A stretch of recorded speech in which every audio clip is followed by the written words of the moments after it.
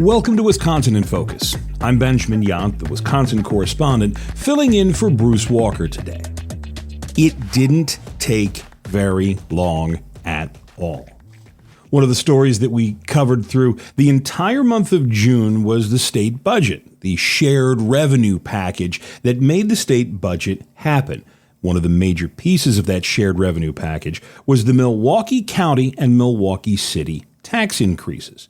Simply put, state lawmakers finally gave Milwaukee the ability to raise their own sales taxes. In the city, that means a brand new 2% sales tax. Well, that sales tax took its biggest step towards becoming law earlier this week. Milwaukee's Common Council overwhelmingly voted to create the full 2% sales tax that they hope will bring in $194 million next year. This was not surprising, though the overwhelming 12-3 vote was. There were some questions as to whether or not all of Milwaukee City Council members would jump on board with this.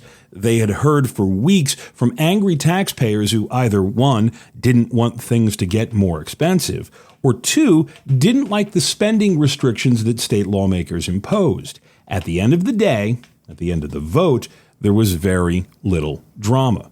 Milwaukee's Mayor Cavalier Johnson issued a statement immediately saying that this new tax increase is going to keep Milwaukee from going bankrupt. He said, "In taking this action, the council has protected Milwaukee and its residents from unimaginable cuts to the library and public safety services. We've reached a turning point in the history of Milwaukee's municipal finances. This is certainly the most significant change to how city services are funded in more than a century."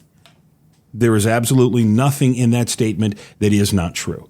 Milwaukee was prohibited by state law from raising its own taxes. Now, with this 2% sales tax increase, the city has done just that.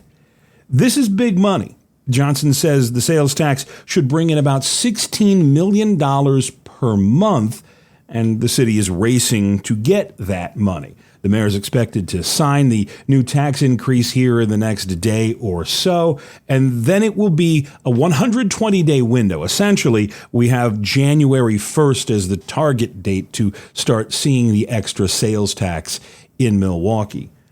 Milwaukee's mayor had threatened to make huge cuts to the police department and the fire department as well as the library in order to balance the city's budget. The big driver was a doubling of Milwaukee's pension payment up to about $175 million.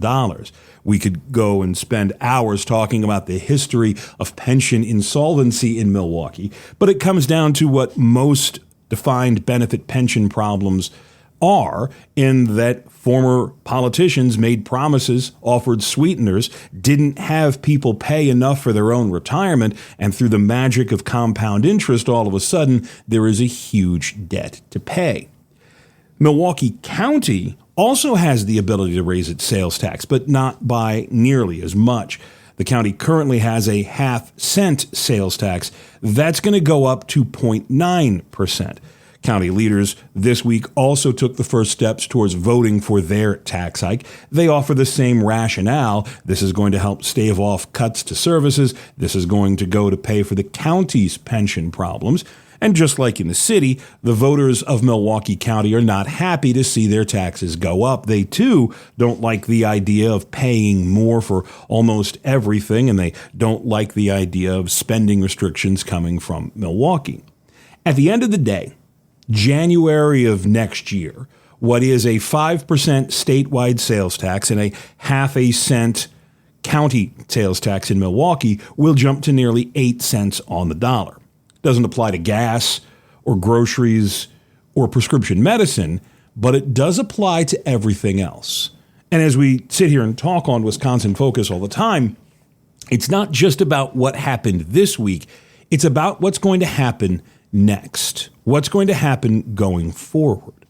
Now, people aren't going to be able to escape the sales tax simply by buying their car over the county line, but they will be able to avoid a sales tax on things like furniture or appliances or televisions or other high-ticket items that you can simply put into the back of the car and drive home, and no one's going to be any the wiser.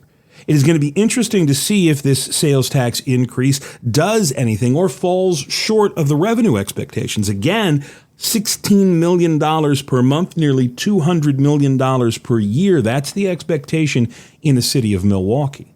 The other going forward thing we need to keep in mind that I'm sure we'll talk about again here on a Wisconsin in Focus in the future is the lawsuit that Milwaukee leaders are threatening over those spending restrictions. They're more than happy to take the money, Republicans say, but there's a scuttlebutt. There's conversations. There's a vote on a resolution to look at the option of suing, taking these spending restrictions to court.